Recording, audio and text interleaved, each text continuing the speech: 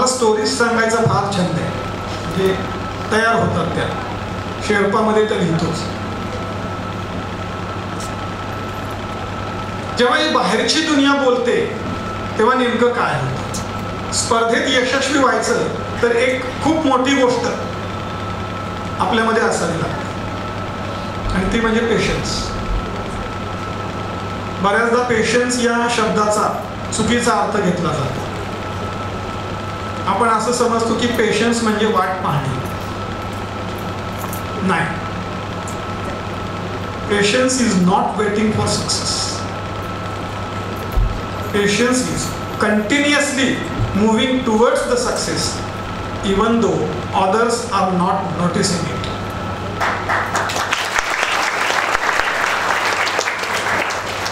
बाकीच्यांनी आपला जो प्रवास आहे त्याची नोटीस करावी याच्यासाठी आपण हालचालच का करायची? त्यांनी जर नोटीस करायचंच असेल तर असं शिखरावर पोहोचल्यानंतर सगळ्यांना आपोआप दिसून येतं की पोहोचला. पण चालत असताना आपण चालतोय का धावतोय का पडलोय याची तमा बाळगण्याची गरज काय? पेशन्स. आणि हा पेशन्स म्हणजे नेमकं काय? एक छोटीशी स्टोरी. एक गवळ्याचं घर आहे. गवळी म्हणजे दूध आणि ह्या ज्या बाकीच्या गोष्टी आहेत त्याच्या. तर त्याची एक स्टोअर रूम आहे ज्याच्यामध्ये दूध, दही, लोणी, चक्का, तूप सगळं स्टोअर केलं जात आहे आणि तिथून ते डिस्ट्रीब्युशनला किंवा विक्रीसाठी वेगवेगळ्या ठिकाणी जात आहे. आता या स्टोअर रूममध्ये हे जे पदार्थ आहेत ते मोठ्या भांड्यातून छोट्या भांड्यात काढताना आजूबाजूला त्याचे छोटे छोटे कण पडतात. दूध सांडतं, दही सांडतं, तूप सांडतं, श्रीखंडाचे तुकडे इकडे तिकडे पडतात, सगळं होतं. चीज असेल ते सांडतं बाजूला. तर हे जे पडलेले पदार्थ आहेत ते खाऊन तिथे एक कॉलनी डेव्हलप झाली. आणि ही जी कॉलनी आहे ती आहे उंदरांची कॉलनी. पडलेले सगळे हे तुकडे खायचे, मस्त मजा करायची, मौज करायची, असा त्यांचा दिनक्रम आहे. आता ही जी उंदरांची कॉलनी आहे त्या कॉलनीला अंधाऱ्या भागात राहावं लागते, कारण उजेडात आलो तर पकडले जाऊ किंवा आपल्याला पिंजऱ्यात टाकलं जाईल याची भीती. तेव्हा अंधारात राहायचं, मस्तपैकी सगळे पदार्थ खात राहायचं, पण जे वरून पडतील तेवढेच.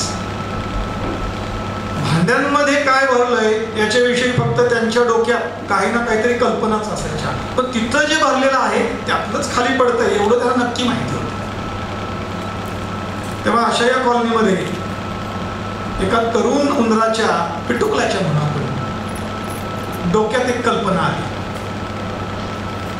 की हे जे वरून पडतंय ते तर छानच आहे, पण हे जिथून पडतंय त्या भांड्यांमध्ये नेमकं काय आहे हे जरा बघायला पाहिजे. तेव्हा त्यांनी ही आयडिया बाकीच्या आपल्या मित्रांना बोलून दाखवली आणि बघता बघता ती सगळी उंदीर कॉलनीमध्ये बातमी पसरली की असं काहीतरी ही मुलं म्हणतायत. तेव्हा जे थोरले उंदीर होते ते म्हणाले की आपल्या अख्ख्या उंदीर खानदाणीमध्ये असला आगाऊपणा कुणीही केलेला नाही. आपल्या वाट्याला जे तुकडे आलेले आहेत ते आपण खावं, नीट चाललंय, नाही तर जीवानिशी जा. बाकीच्यांनी सांगितलं की बघा तो अमुक अमुकचा उंदीर आहे, त्याच्या नादी लागायचं नाही, आणि हे कार्ट्या त्याच्या नादी जर लागलास तर शेपटी मोडून ठेवली. म्हणजे आपण तंगडं मोडीन म्हणतो तसं शेपटी मोडीन. पण मग आता ही आयडिया अशी जोर धरत होती आणि त्या उंदराने ठरवलं बघूया काय होतंय. भांडी उंच, तिथपर्यंत जायचं कसं? त्यांनी शक्कल लढवली. बाजूला पाहिलं तर भिंतीवर एक खिडकी होती. खिडकीपर्यंत पोहोचता येईल आणि मग बघू पुढं काय करायचं. हा उंदीर खिडकीपर्यंत गेला आणि खिडकीत गेल्यानंतर त्याचं लक्ष ज्या बाजूला गेलं बघितल्यानंतर त्याचे डोळे विस्फारले. बाप रे, आपल्या वाट्याला एवढे एवढे तुकडे येतात आणि ही एवढी मोठी भली दुनिया तोंडाला पाणी सुटलं. आता त्याला रंगावरून माहिती होतं की पडलेले पदार्थांची चव कशी आहे. आणि पलीकडे एक मोठं भांडं होतं, त्याच्याकडे त्याचं लक्ष गेलं. ते होतं श्रीखंडाचं भांडं.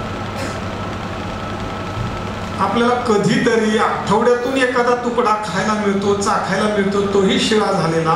इथं मात्र प्रचंड मोठं काहीतरी भरून ठेवलंय आणि ते श्रीखंड आहे, गेलं पाहिजे.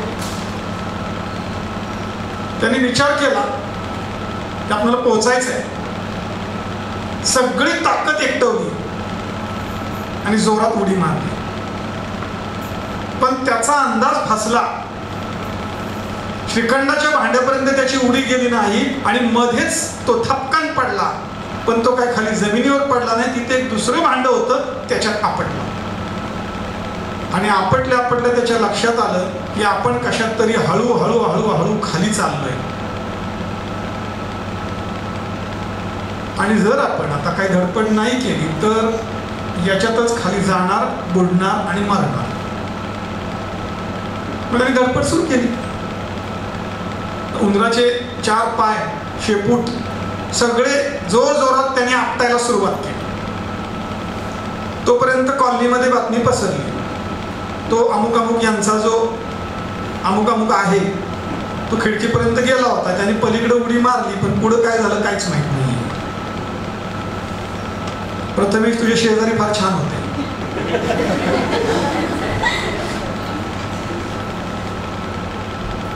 आणि मग आता काय करायचं काय? खिडकीपर्यंत काही पोचले आणि वरून बघताय हा पडलाय कशात तरी. तेव्हा तिथं जे काही होते खिडकीत त्यातलं एखादं त्यांनी म्हटलंच लगेच, आधीपासून सांगत होतो आपल्या अख्ख्या उंदीर खानदानीमध्ये असला आगाऊपणा कुणी केलेला नाही. भोग आता आपल्या कर्माची फळं, मर लेकाचा. आता दुसरे काही मित्र होते, म्हणजे गप्पा मारणाऱ्यातले मित्र, ट्रू फ्रेंड्स नाही, ते तिथंच होते आणि ते तिथून ओरडून सांगत होते मार हात, मार पाय. पण खिडकीचा गज काही सोडत नव्हते. खिडकीचा गज घट्ट पकडून ठेवला होता आणि तिथूनच सांगत होते अजून जोरात, कर धडपड, आम्ही तुझ्या सोबत आहोत. खिडकीतून त्यातला कुणीही तिथं त्या भांड्यात पडलेला नव्हता. आता हा जो तिथं पडलेला उंदीर होता त्याच्या हळूहळू असं लक्षात आलं की आपण विनाकारणच जास्त हातपाय मारतोय. आपण ज्याच्यात पडलोय त्याच्यात आपल्याला तरंगण्यासाठी एकदा दोनदा हातपाय मारले तरी सुद्धा आपण तरंगतोय. तेव्हा आता आपण आपली एनर्जी टिकवायला पाहिजे. त्याच्यातून बाहेर तर पडायचं आहे, एनर्जी पण टिकली पाहिजे. आता डोक्यात विचार सुरू झाला, हळूच एखादा हात मारायचा, हळूच पाय मारायचा, कधीतरी शेपटी मारायची. आणि हे सगळं सुरू असताना त्याच्या लक्षात आलं की याच्यातून बाहेर पडायचं असेल तर आपल्याला आणखी एकदा उडी मारावी लागणार. म्हणून त्याने प्रयत्न केला, पण परत तो गाळात जायचा. आजूबाजूचा ओरडा सुरू होता, कुणी निगेटिव्ह बोलत होतं, कुणी लांबूनच पॉझिटिव्ह बोलत होतं. याला मात्र त्यातलं काहीच ऐकायला येत नव्हतं, कारण सगळं याच्या जीवावर बेतलेलं होतं. याची धडपड सुरू होती, हात मारणं, पाय मारणं, शेपटी मारणं. आणि ही सगळी धडपड सुरू असताना चमत्कार झाला. तो ज्याच्यात पडलेला होता ते होतं दही. याच्या भयानक हालचालीमुळं ते दही घुसळलं गेलं आणि त्याच्यातून आला लोण्याचा गोळा. त्या लोण्याच्या गोळ्यावर हा तरंगायला लागला. त्याच्या लक्षात आलं की याचा कधीतरी तुकडा आपल्याला मिळायचा, आपण तर त्याच्या वर बसलोय. तर लोणी चाखून बघूया. त्यांनी लोणी चाखून बघितलं, पण वेळीच सावध झाला. जर लोणीत चाखत बसलो तर इथंच कदाचित आपल्याला थांबावं लागेल. जेवढं खायचं तेवढं लोणी खाऊन घेतलं, मस्तपैकी ताकद लावली आणि पलीकडे उडी मारली. अंधाऱ्या कॉलनीतनं तो पलीकडे गेला जिथं फक्त आणि फक्त श्रीखंडाचं राज्य होतं. या सगळ्या प्रक्रियेमध्ये त्याच्याबरोबर कोणीच नव्हतं, कारण हा सगळा प्रवास इंडिव्हिज्युअल असतो. या सगळ्या प्रवासामध्ये आपल्याला फक्त आणि फक्त आपली आतली ताकद कामाला येते. बाहेरून येणाऱ्या आरोळ्या असतील किंवा बाहेरून ऐकायला येणारे शब्द असतील, त्याच्यासाठी आपल्याकडं बहिरेपणाच असावा लागतो. पेशन्स हा असं दही घुसळण्यासारखा असावा लागतो. आपण पडलोय पाण्यात, पडलोय दह्यात, मग आता बघूया, व्हायचं ते होऊ दे, आणि हातपाय हलवणं जर बंद केलं तर डेथ नक्की असते. पण जर हातपाय हलवणं सुरूच ठेवलं तर बाकीच्यांना काहीच कळत नाही की आपलं नेमकं काय सुरू आहे. पण एक दिवस लोण्याचा गोळा वर येतो, तो आपण चाकतो, आणि त्याच्यानंतर पलीकडे उडी जाते, आणि ती उडी थेट स्टेजवर पोहोचते, जिथं फक्त आणि फक्त श्रीखंड असते.